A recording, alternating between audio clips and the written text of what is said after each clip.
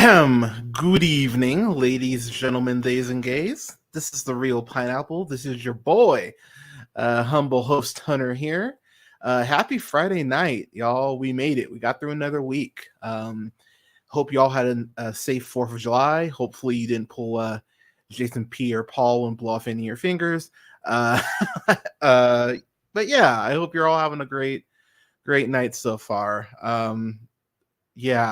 So whew, sorry. So it's almost 11 o'clock here on the West Coast. I've had quite a week streaming wise. I've done one, two, three, four, like 4 or 5 streams this week. Including a couple on the Afternoon Tune. Shout out to Afternoon Tune. Yeah, I've been all over the place streaming wise. I've been doing a lot of stuff, getting caught up on some stuff, doing some stuff that y'all will see here in the next couple of weeks. But before I get too deep into things, I want to go ahead and shout out. I'll go and shout out a few people. So shout out to the Afternoon Tune. I went ahead and helped out on a stream last night for Kendrick Lamar's a reaction video for their for Not Like Us.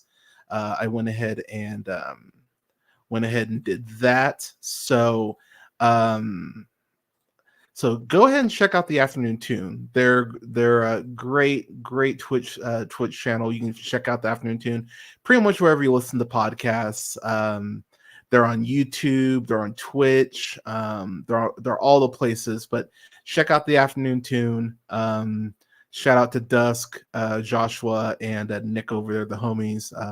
Nut below for the Afternoon Tune. Check them out, and then check out my homie Viper Fox as well. Shout out to Viper Fox. She's on Twitch as well. She just finished a really fun Tekken stream. She typically does fight nights every Friday night, so definitely check her out. She's fucking wonderful.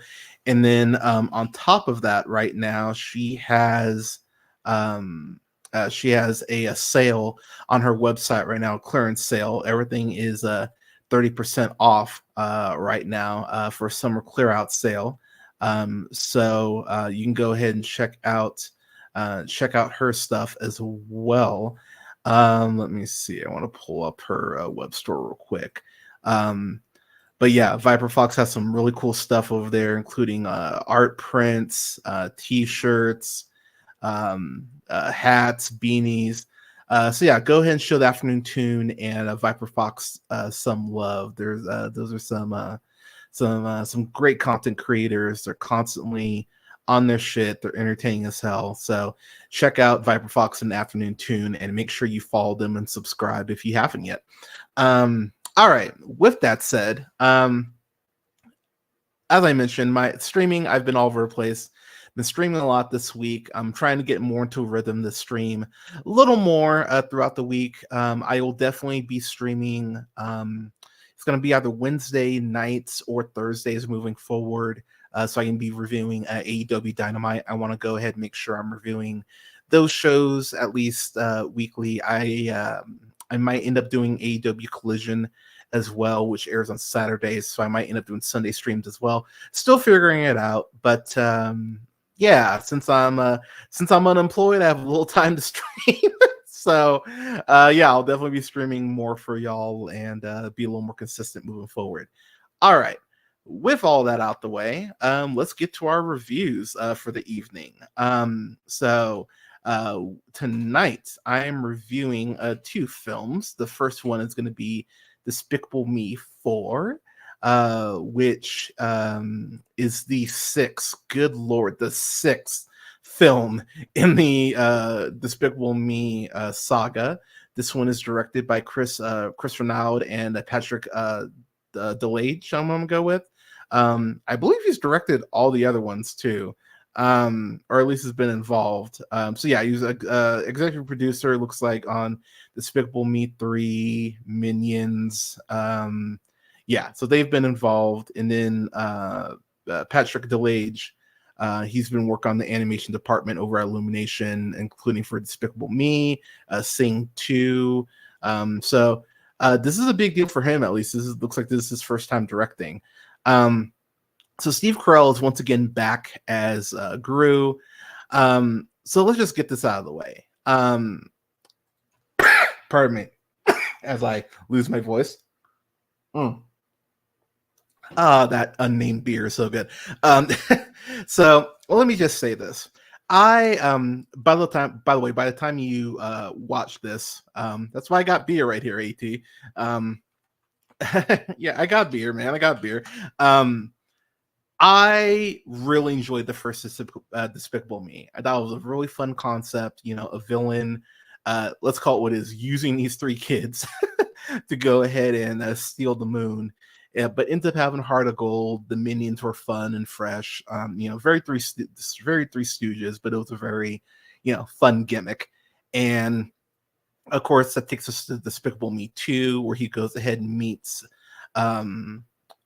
Kristen Wiig's Lucy, who works at the AVL, the Anti-Villain League. So it was interesting. I thought those first two. I thought those first two were really great. And then we got to Despicable Me 3, and that's Trey Parker. Trey Parker? Yeah. Trey Parker, who voiced the villain. It's Balthazar something, I think. I can't remember the name of the villain. It doesn't really matter. But that sounds right. God, now I have to look it up because it's going to bother me. Yeah, Balthazar Brad. I'm shocked I remember that. But voiced by Trey Parker of South Park fame, of course. So, and while that one has its issues, it is still fun. This one, they need to stop these. They need to fucking stop these. This was the one. So let me paint my picture tonight of today, just to give y'all some perspective. So my lovely partner, she's currently house sitting, so it's just me and the boys, me and the two cats, Samuel L. Katzen, who is almost 9, and Milo, this adorable ginger cat, who is 3. Our neighbors were setting off fireworks last night till about midnight, and so my Katzen was definitely on edge, but Milo, since he's the baby, he was really freaking out. Ran to my office, hid in the closet. Took like an hour-ish to calm down after all that. And so I didn't really get into bed until about 12:45. I passed out around 1:20. I was up at about 5:45 to feed the cats, and then I left here at about 9 to make sure I got to the theater on time to check out Despicable Me 2, which was the first of a double feature because I saw Despicable Me 4 first, and then I saw. So all that said, I'm very tired. It's been a long day. But I went into Despicable Me 4 like, okay, I'm seeing this in 3D. It's mostly an empty theater. Like this is kind of perfect conditions for me to potentially enjoy this. And while I will say, the 3D's fine, they didn't really do a ton with it. I think that's what's so frustrating. It's like if you're gonna put something in 3D, like I remember seeing a Harold and Kumar Christmas in 3D, and then they actually at least did shit with the 3D. There'd be like eggs thrown at you and shit, and like bong smoke and all that. Like that always took advantage of the 3D. I still remember seeing How to Train Your Dragon in IMAX 3D, and that being a fucking experience and being like, holy shit. Even seeing something like Thor Ragnarok, we saw that in IMAX 3D. That was fucking great. So I mean, like I've seen stuff, independent of even animation where like they've been able to go ahead and do good shit with the animation. But at this point, these films are just a paycheck for Steve Carell. I don't think he really cares. And I know that sounds shitty, but the guy's a fucking multimillionaire. What the fuck do I care? Like, I think ever since, he did Welcome to Marwin and didn't win that Oscar for Foxcatcher, he's just been in Gru mode. Like, fuck it, I'll just keep doing these Despicable Me films. It doesn't fucking matter. I'll get paid very well for doing them. So it's like, who the fuck cares? So the plot as it stands is quite paper thin. Gru goes ahead and goes to like his high school reunion, goes ahead and confronts his old former uh, rival, Maxxine, who's voiced by Will Ferrell. And I'm going to say, too, look, I'm a huge Will Ferrell fan. I just bought Anchorman for its anniversary. That's a movie I revisit often. I think Anchorman is fucking brilliant. And when you think about all the stuff that Will Ferrell has produced, whether it's that show Dead to Me with Linda Cardellini and Christina Applegate, which if you have not seen that, check that shit out. That's on Netflix. That's a great fucking show. So I mean, whether it's that, whether it's Quiz Lady, and, fuck, he was a producer on Succession. He produced May December. He was a producer on Theater Camp. He's a producer on The Menu. He's a producer on The Shrink Next Door, which also stars Steve Carell. Like, Will Ferrell's produced a lot of shit that might have just fallen by the wayside. So I mean, I will always give him props for that and having an eye for projects that are weird, but being able to go ahead and see the potential. Even when, as an actor, at points he has fallen short for me. And I think he's good in Barbie. I think the joke runs thin. I do think they run into the ground. He actually made me cry in Quiz Lady as an Alex Trebek type. So like, I know that in Spirited was just a couple years ago. That's one of my favorite Christmas movies maybe ever at this point. I fucking love Spirited. So I know Will Ferrell is capable of being great, but this is some of the laziest voice acting performance. And he did Megamind too, where he was clearly fucking trying and invested. And that's kind of the theme with this movie overall, is that oh, what's up, Viper? Puts on hater shoes. What are you mad at tonight? So we're starting with Despicable Me 4, homie. So it's just really frustrating to see Will Ferrell phoning it in like this. One of my biggest gripes with the Despicable Me films is that they've never had anything for the fucking kids to do. Agnes, Margot, and Edith. They've really had nothing for them to fucking do. In this film, they introduce a baby, much like season 7 of a sitcom. When they know the sitcom is over, they introduce a kid, which, by the way, they just call it Junior. They're so lazy they can't even refer to it as Gru Junior. It's just like, god damn, y'all.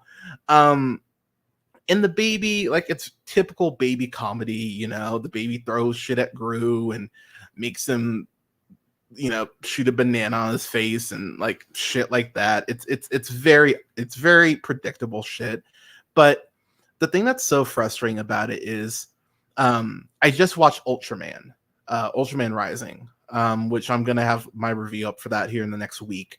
That is an incredible film, and that's very cutesy because that's kaiju in it. And in a movie where they could have taken the very easy route and just been like, let's let the baby kaiju be cute, they actually wrote some situations for Ultraman to be in to actually grow that relationship. And there was no point where I was even remotely invested in anything like I was in fucking Ultraman. And I have a very base level of knowledge for Ultraman. So to see them be so flippant with this shit was just really maddening, quite frankly. So Gru is put into the Gru and his family are put into the witness protection program through the AVL because Maxxine promises revenge after they go ahead and capture him. Which, by the way, the security, they could have had a cool escape.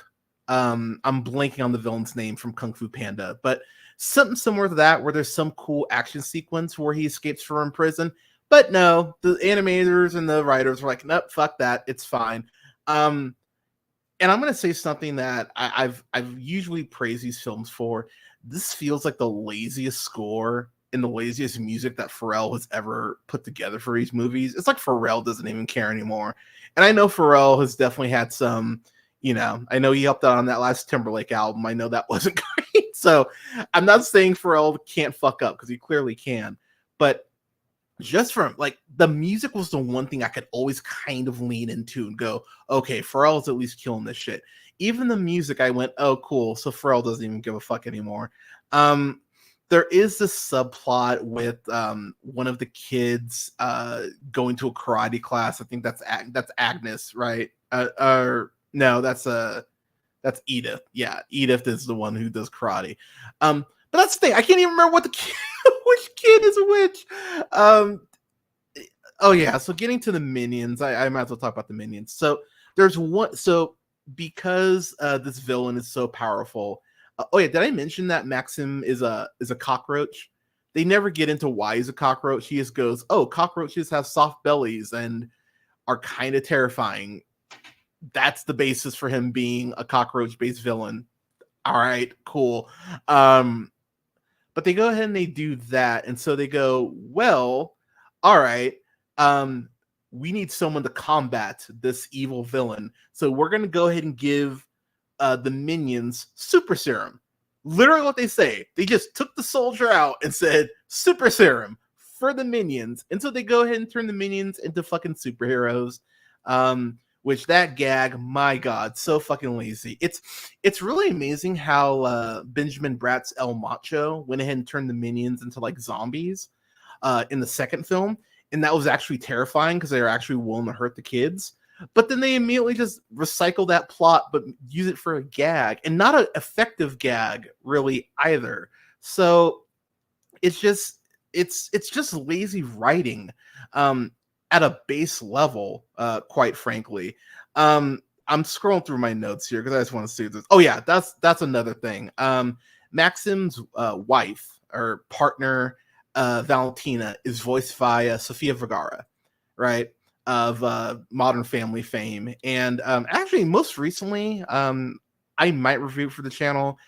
I've been trying to get myself into the habit of not reviewing everything I fucking watch, which is admittedly difficult because that's where my brain goes. But she was great in Griselda, that miniseries that Netflix put out this year. She was great in that. I was really fucking impressed. So with that said, you have someone who Modern Family constantly made the joke of how hard it was to understand Gloria. So you get someone who's hard to understand, and when you're voice acting, you really need to be able to pronunciate. You get Sofia Vergara to do a voice for one of your main characters. It just doesn't make sense. You're just getting her to be a fucking name. And this is where I get back to the whole not caring thing. It's so frustrating. And I was just sitting here, sitting in the theater, just shaking my head, like, can y'all be lazier? I'm gonna rattle off several films that I'd recommend that you show your kids before you show them this movie. Ron's Gone Wrong. I already mentioned Ultraman Rising. The Peanuts movie. Klaus.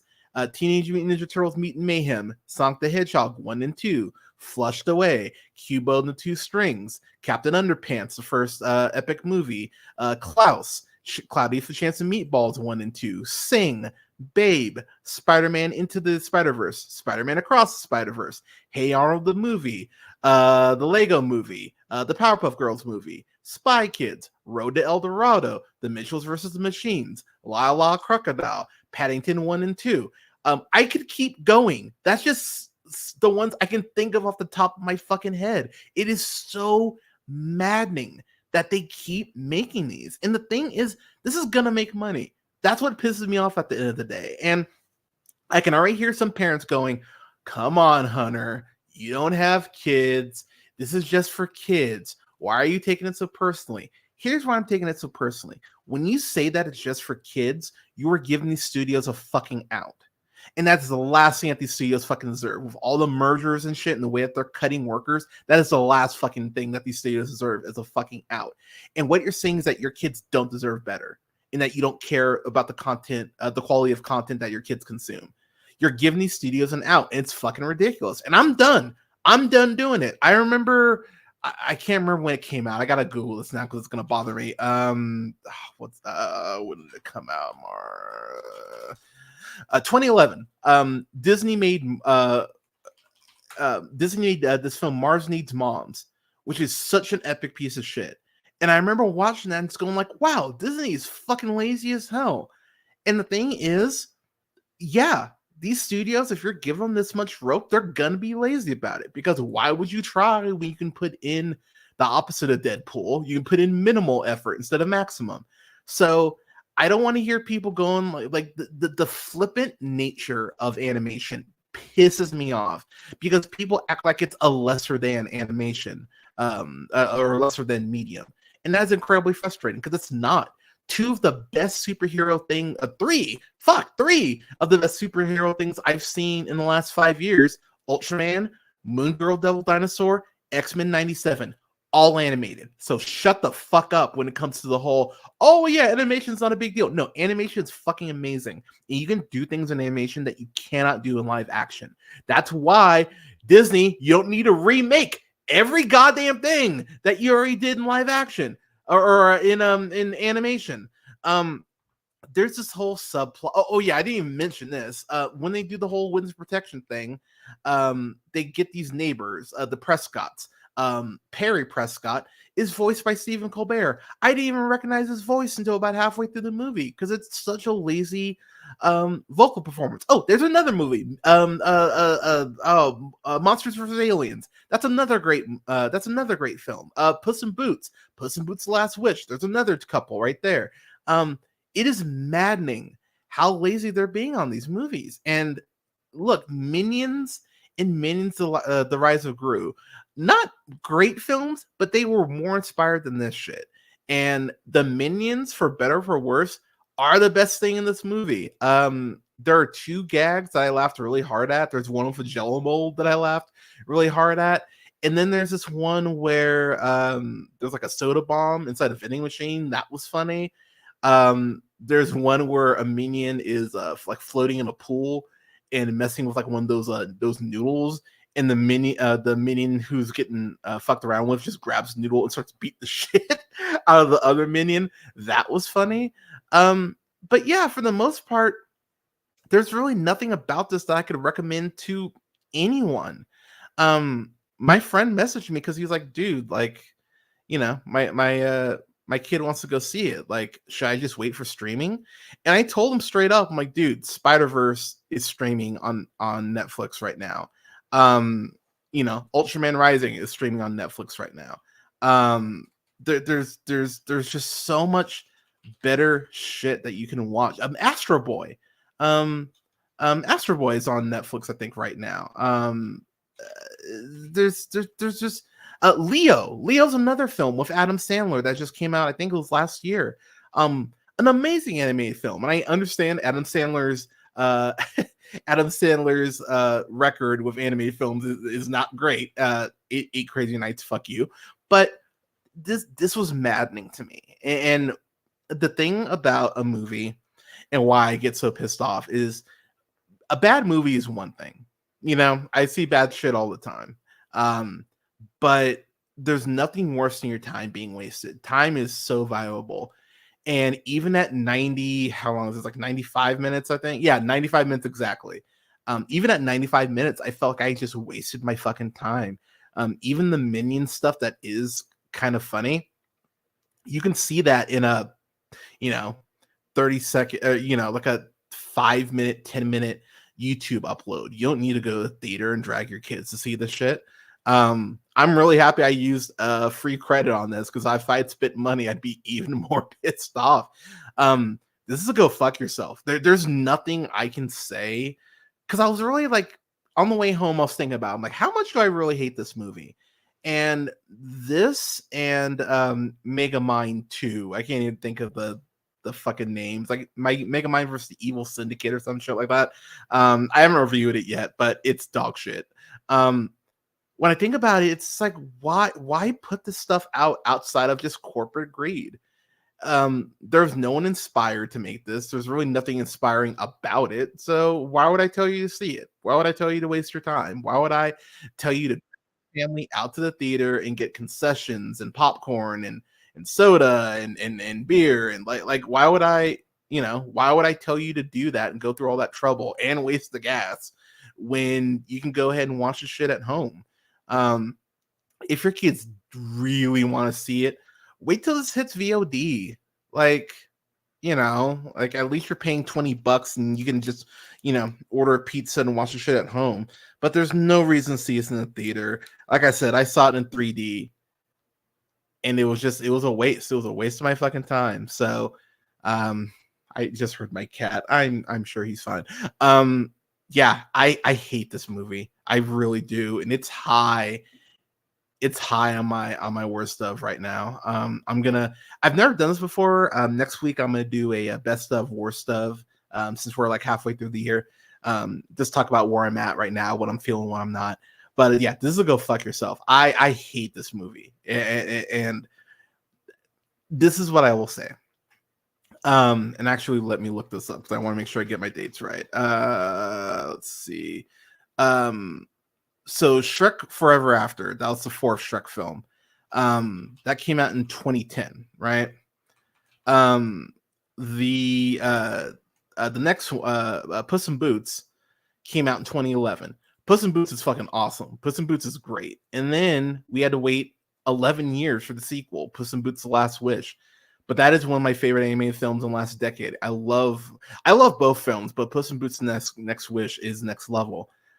So maybe you just put these on ice for like 5 years. You can age the kids up. I'll be real. The only like a bit of emotion I actually felt is when Agnes, I think it's Agnes. Sure. Agnes is reunited with her little unicorn goat. That was like the one bit of emotion I actually felt, and that's like a 10-second 10-second sequence. There's nothing to recommend here, people. So save your money. If you have to watch this will hit Peacock at some point. I'm sure we'll probably hit Peacock by like September, October. Yeah, don't go to a theater and see this. There's no reason to waste your time. So yeah, so go fuck yourself to the highest degree. I hate this movie, and yeah, if there weren't other things that I just hated a little more, this would be much higher on my worst of list right now. But again, there's plenty of time for me to do multiple drafts between now and the end of the year. So yeah, fucking Despicable Me, goddamn Minions. The thing is, what sucks though is that this is gonna make money regardless. Like the budget on it, I think it was like 100 million. So yeah, this will make money, and I'm sure Illumination will completely just disregard any criticism and go, oh well, how much did it make? Cool, Despicable Me 5. Here we go. So, oh yeah, that's the other thing I forgot to mention.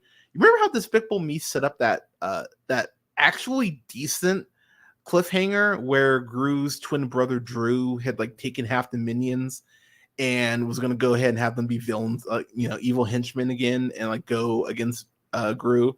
That is completely dropped. It is never a reference. They mentioned Drew's name one time as far as like people they can talk to potentially in witness protection, and that's it. He's never brought up again. That subplot is that plot, not even subplot. That plot is never brought up. It's fucking ridiculous. Like, yeah, hate this movie. Do not watch it. It's not worth your time. All right.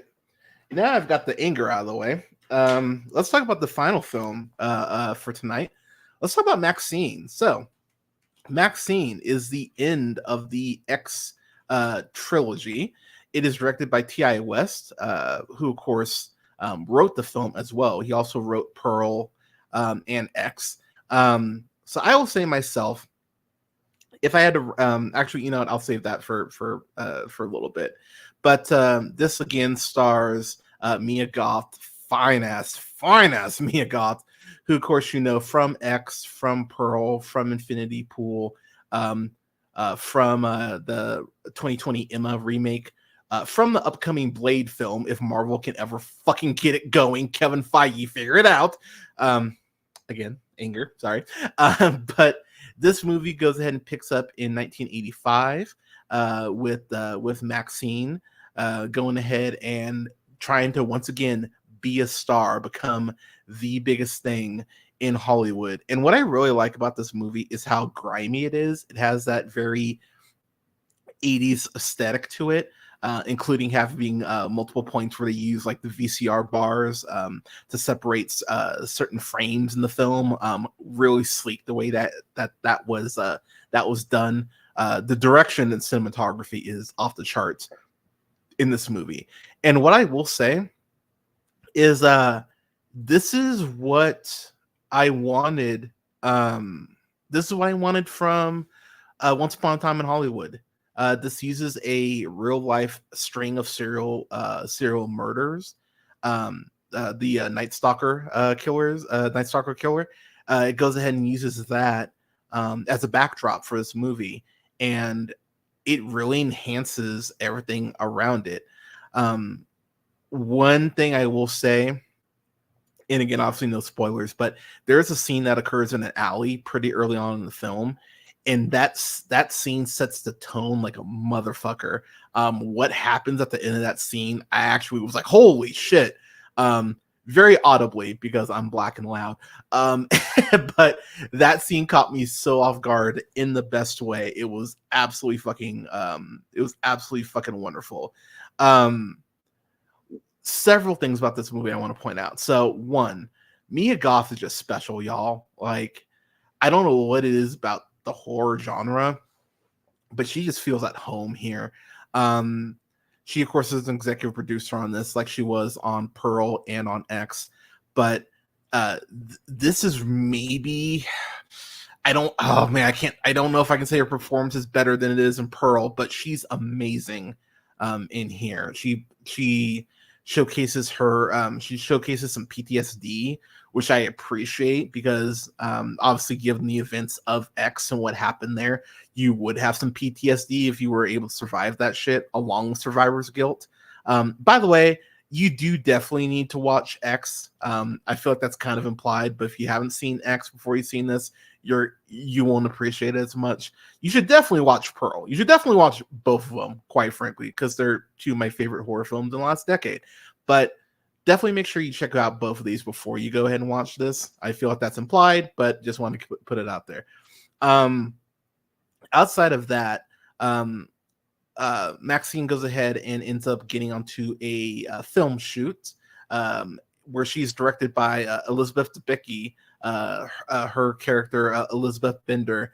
You know Elizabeth Debicki, of course, from Guardians of the Galaxy Volume 2, The Great Gatsby, Widows, which if you have not checked out Widows, check out Widows. It's fucking brilliant.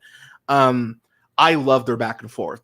From the female perspective, some of the conversations that they have about making it in Hollywood, unfortunately, are still very relevant today as far as like being a bitch, but being a bitch in order to set your boundaries, which, you know, you're not being a bitch if you're setting boundaries, but that's how Hollywood looks at it. I love those conversations about what it takes to get to the top and what it takes to stay there. Some really great conversations there that I really appreciated. I haven't shouted him out yet, but Giancarlo Esposito, of course, you know, Gus from Breaking Bad, but of course you know him as well from The Boys, The Mandalorian. He's incredible in this. He plays Maxxine's agent, Teddy Knight. Teddy Knight's wonderful, and there's one scene in particular involving a car, and that's all I'll say, where you go, oh yeah, there's a little Gus right there. Like this is fucking cool. But it's never comes across as campy. It never comes across as, you know, like a Breaking Bad impression or anything like that. It just shows what an incredible fucking actor he is. And in that scene, oh man, I got chills watching that scene. That is one of the biggest compliments I can give this movie too, is that Mia Goth is acting, no disrespect, but she's acting alongside some heavy hitters in this movie. You know, she's acting alongside Michelle Monaghan and Bobby Cannavale, who play Detective Williams and Detective Torres, respectively. They are the ones who are going ahead and start investigating these murders. And both of them, their chemistry. I would love a spin-off film just with Michelle Monaghan and Bobby Cannavale. Like, I love their chemistry in here. The way that they've clearly been partners for a while, but they're giving each other shit in that way that you really only can once you've known someone for a while. I really love their back and forth, and it made me really happy. But to see Mia Goth interacting with them and not just holding her own, but leading these scenes, you go, okay, Mia Goth, like, it's been really cool to see her go from X, where I don't want to say she's timid, but you were definitely like probably taken aback a bit by how great she is in that role, in that film. And then going to Pearl, where she really should have gotten a fucking Oscar nomination just off the ending 3 minutes of that movie alone. And then to this, where you see, she's producing this shit, and she's owning her shit. Fucking incredible to see the growth of Mia Goth as far from an actress perspective. She has this friend of hers who works at this video store, and they have a couple really cool conversations about horror that I really liked. I have to shout him out too, just because this is the second time I've seen him in a movie in the last week where he's playing a bad guy. Kevin Bacon is in here. He plays John Labatt, who is hired to track down Maxxxine by someone. He's amazing in this. Like, Kevin Bacon must be the nicest dude in the world, because whenever I see him play a piece of shit, I'm like, okay, you have to be nice in order to tap into this gear. Like, maybe this is therapeutic for you because you're so nice. But the interactions between John and Maxxxine are so intense. They're fun, but they're very intense in the way that they're played. And I really like the cat and mouse game that they end up playing, as far as him trying to go ahead and hunt her down and track her, and her trying to stay one step ahead. I really love their back and forth, and their interaction, their initial meeting with each other is amazing. It's very reminiscent of Beverly Hills Cop Axel F, with the conversation that he has with Eddie Murphy on the rooftop about being a cop. If you've seen the movie, you know that scene. But absolutely awesome. A couple more things before I get to my final grade. The violence in here. So this is kind of similar to Pearl in the sense of you will be waiting a little bit to see some violence, to see some gore. But once it happens, y'all, it ramps up. It just slowly turns that intensity knob up. Just starts slowly turning it, and the kills get more intense. They get more brutal. They get more personal. And by the time we get to the third act, it just goes buck wild in an awesome way, might I add. And it really is what I wanted from Once Upon a Time in Hollywood. They used the Night Stalker to a great degree to go ahead and be, admittedly at points, a bit of a red herring, but the way that it does tie in near the end is something that I was actually very appreciative of, and I went, oh hell yeah, that's what I'm happy you went ahead and went ahead and did it like that. I know I mentioned Elizabeth Debicki and her talking. There's this one line she has where she talks about how she goes ahead and talks about how oh my gosh, I had the line, I totally just lost it. Damn it. Oh, here you go. People can protest all they want. If they look in the mirror, people would realize that we all have demons staring back at us. That line gave me goosebumps. I was like, fuck yes. And this is some of the best writing as far as those like punchlines and those things where you kind of pause and go, oh shit, like that's something that's going to stick with me. That's going to stick with me for a while. And there are multiple lines like that where I went, oh, I love this. Yeah, I love their back and forth. And the actual killer, what the identity of the killer and how that ties in is something I went, fuck yeah, I love this. I love the way he tied this back. There is a very obvious reason why certain people won't be a fan of what they do with the killer. You'll know once you get there. but it's something I loved. I went, yep, love this. Love that you pulled this. Love that it's gonna piss people off. But yeah, I adored this. I adore this movie. I As far as ranking the three, I really would treat these like if someone were to give me like three kittens to cuddle with, like I couldn't choose which one. Like I would love all three kittens evenly. I would just love them for different reasons. I if I had to rank them, I'd probably go Pearl, then this, then X. But I really do enjoy all three films for completely different reasons.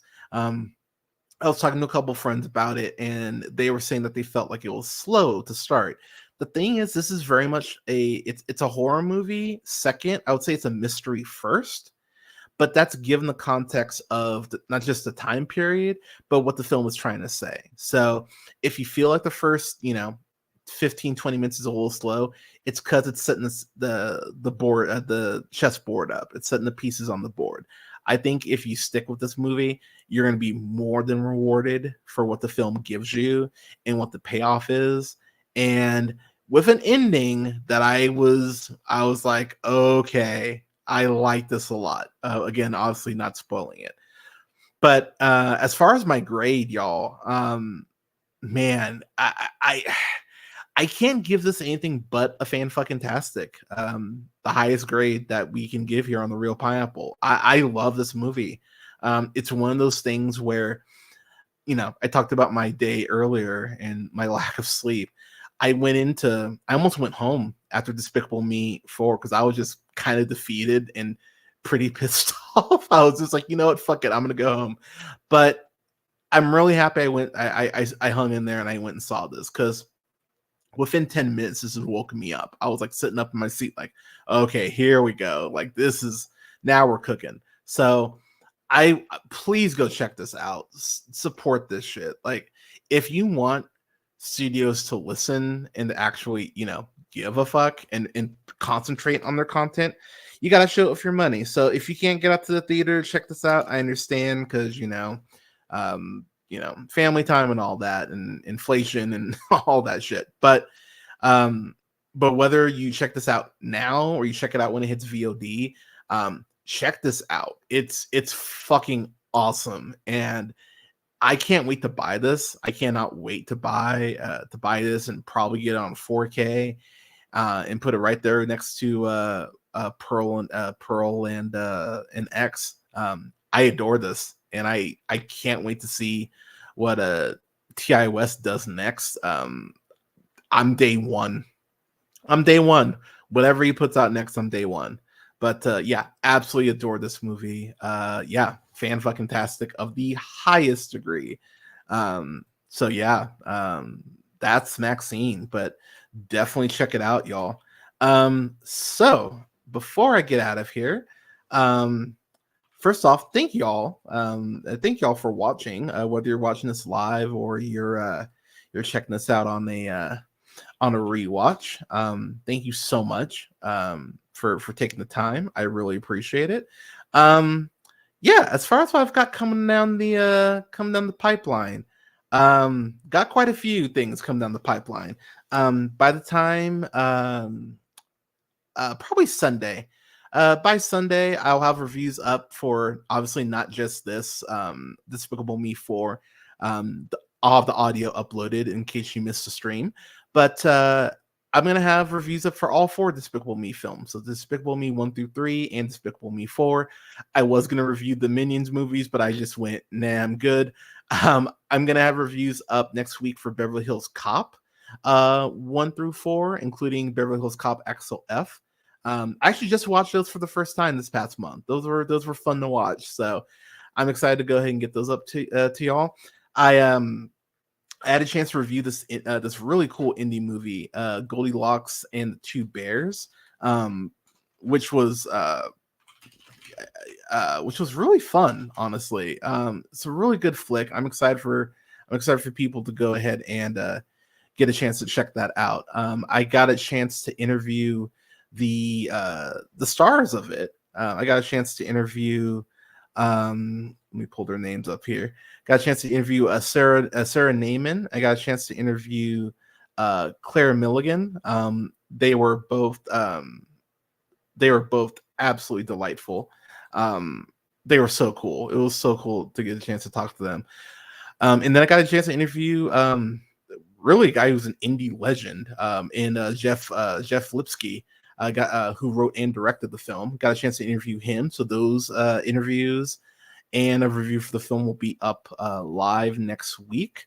I just went ahead and interviewed and reviewed this film Queen Rising, which you can go ahead and see on the screen there.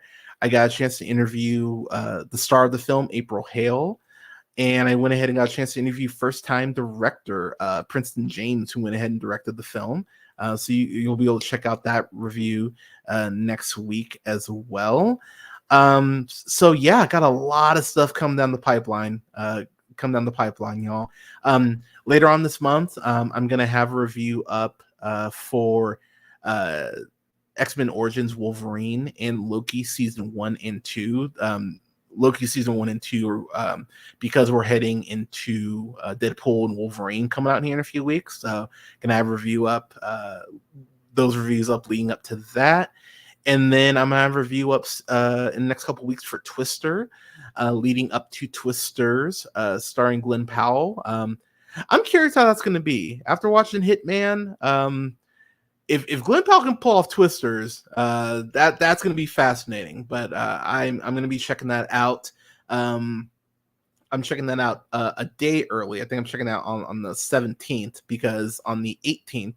I actually am flying to Seattle for one of my sisters is getting married, and so I'll be gone the 18th through the 21st. So there won't be any through the 22nd. Pardon me. So there won't be any streams or anything like that. But I'll have content. I'll make sure I get my review of Twisters done that night before I get out of here. So don't worry, there will still be stuff. But yeah, everyone, as far as where you can follow the show.